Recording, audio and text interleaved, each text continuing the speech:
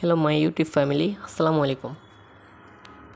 বন্ধুরা, আপনারা যখন নতুন মোবাইল কিনেন এবং নতুন সিম কিনেন, তাদের মোবাইলে একটি সমস্যা দেখা যায়।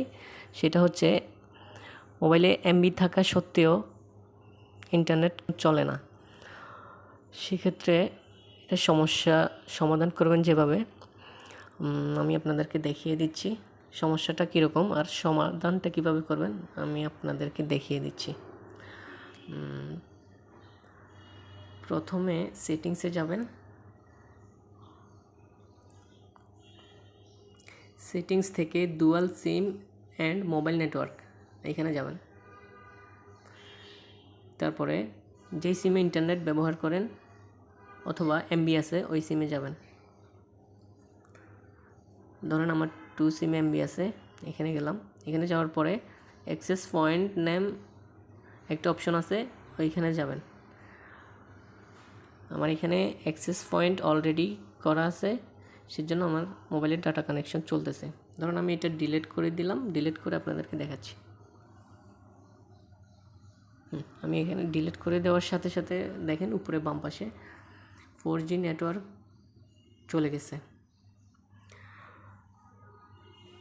এখন আমি আপনাদেরকে নতুন করে সেট করে দেখাবো।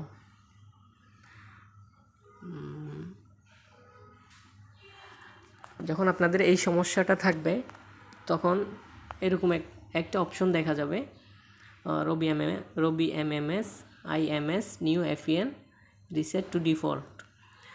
আপনি যেটা করবেন, নিউ এফএন এটাতে ক্লিক করবেন। ক্লিক করার পরে এই যে এখানে দেখতে পাচ্ছেন নাম নট সেট লেখা আছে, এখানে ক্লিক করবেন। ক্লিক করার পরে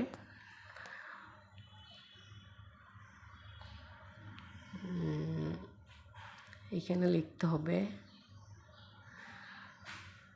রবি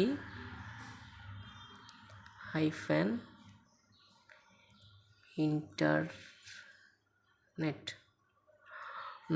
বন্ধুরা, আরেকটা কথা, আপনাদের যদি গ্রামীণ সিম হয় তাহলে জিপি ইন্টারনেট, যদি বাংলালিংক সিম হয় তাহলে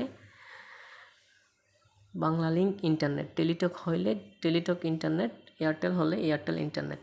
এটা লেখার পরে ওকে ক্লিক করবেন। তারপরে এফএন যেখানে আছে এখানে ক্লিক করবেন। ক্লিক করার পরে এখানে শুধু ইন্টারনেট লিখতে হবে, ইন্টারনেট, তারপর ওকে। তারপর কাজ হয়ে গেছে। তারপরে এখানে ক্যান্সেল নিউ এপিএন ডান লেখা আছে, আপনি ডানে ক্লিক করবেন। তারপরে কনফার্ম। দেখুন উপরে বাম পাশে কোনায় 4G লেখার সাথে সাথে উঠে গেছে, মানে আমার সমস্যাটা সমাধান হয়ে গেছে। বন্ধুরা, এই সমস্যা থাকলে আপনারা এভাবে সমস্যাটি সমাধান করতে পারবেন।